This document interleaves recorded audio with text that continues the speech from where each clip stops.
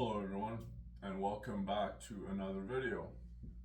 In this video, I will be discussing an analysis upon the current model regarding the independence of the child, which in the current Canadian model of the so-called experts, we could say, based on their current model in their analysis, let's find the loophole,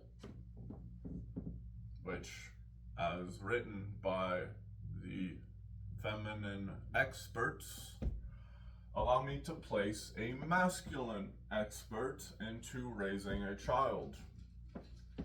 Now, if based on your current analysis that in the thesis you present in your behavioral analysis of the independence of the development of the child, the thesis in itself is based around the fact that upon the birth of the child, known as the infant, the child would naturally gravitate itself to position itself in order to feed from the breast naturally, which means it is alternately beginning to seek its independence. It's beginning to feed itself.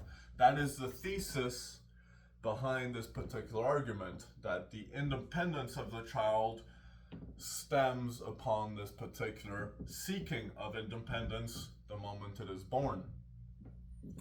Now, based on this particular analysis, we would see then that the model is based around creating behaviors of independence within the child, which, as the experts claim, you would essentially do everything except cook and feed the child in order to create its independence.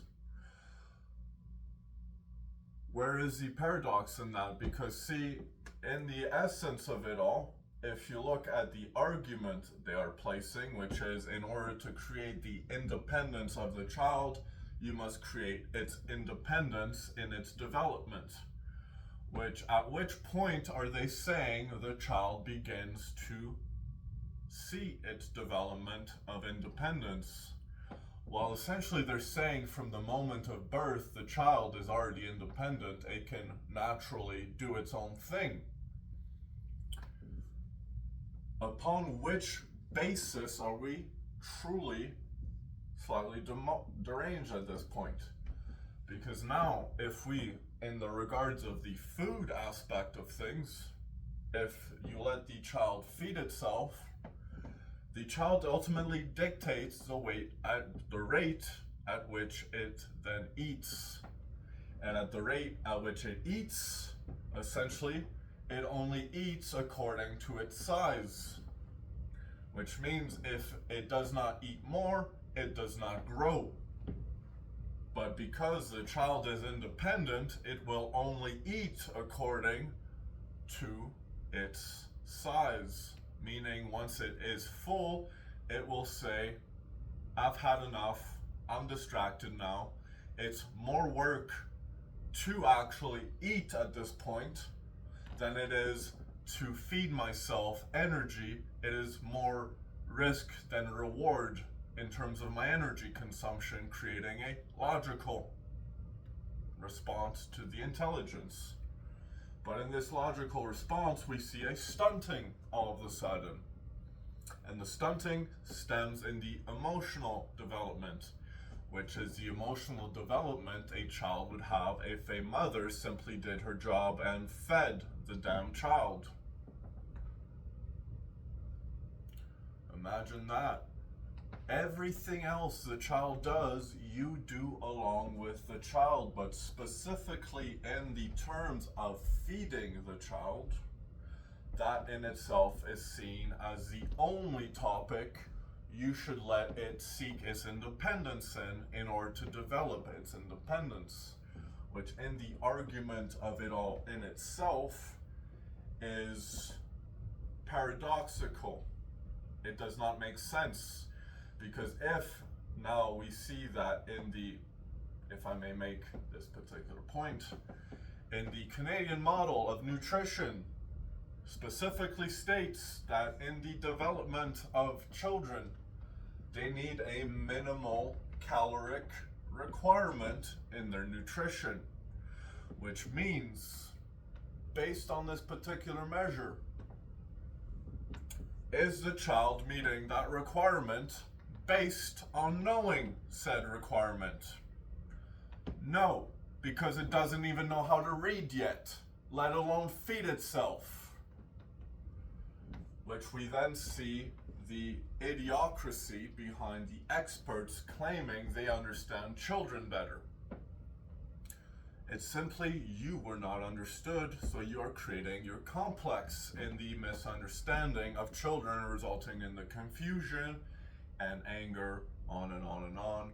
In your expertise, you simply gained a license to basically put your poor complex upon other children because you essentially did not experience what is known as the love of your mother as a child, which now, as the expert, you are creating other women that must now seek your advice in order to say, my child has received expert advice.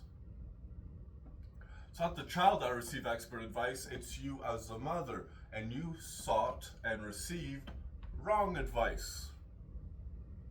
Imagine as a fully grown self, if I increase my caloric intake now by say 200 calories a day over a month, you might see an increase of say 2 kilograms in weight based on a fully grown body. And I can actively tell myself, I just gotta eat a couple more bites at this point in order to create that growth, that expansion of the body.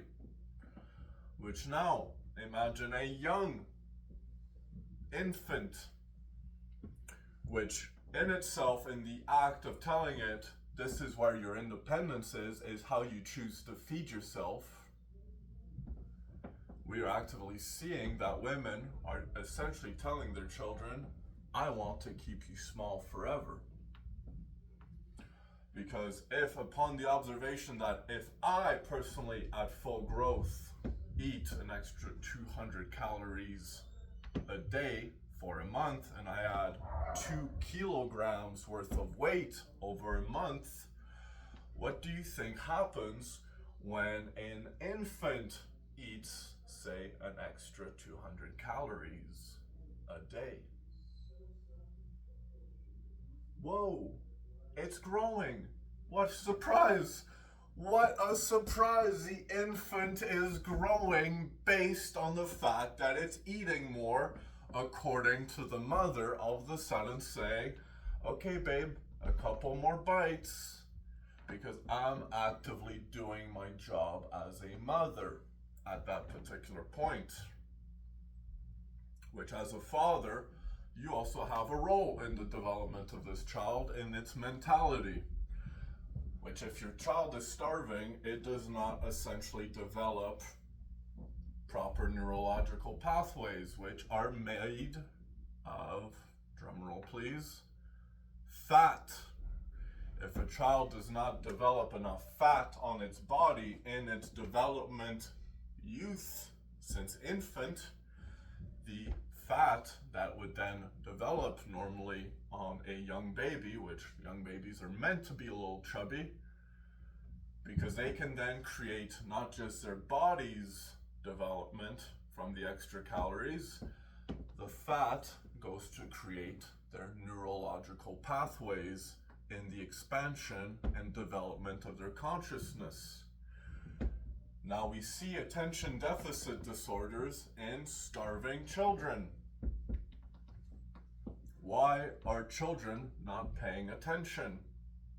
Well, if they're hungry all the time, they might have a difficult time paying attention.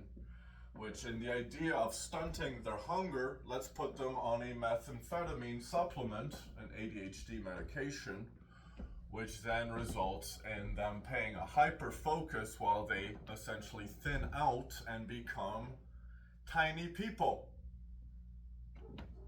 of great minds. And great minds think great thoughts. In a woke mentality, sure. But in the world where the rest of man and woman live, we don't obey a society of children. We obey a society of men and women. And in the idea that we're developing children to be much littler in their development, based on an expert's perversion of their own self-predicament of not having a mother that loved her. And in the exchange of that, we see that she is telling other mothers, don't love your child, don't feed it, let it starve, let it develop these cognitive issues, which through then psychiatry, I provide you the solution. And that, folks, is my current analysis of the current model regarding the behavioral therapy sessions, that which will be developed for the what is known as the independence of your children. So, let's change the way we approach the independence of our children. Because as far as I can tell, their independence doesn't even begin until they're about 18, let alone 30. You don't see a change in your cognitive skills until you seek a true mentality difference. And that typically occurs at 30, where you become a fully independent self. Normally. Thank you.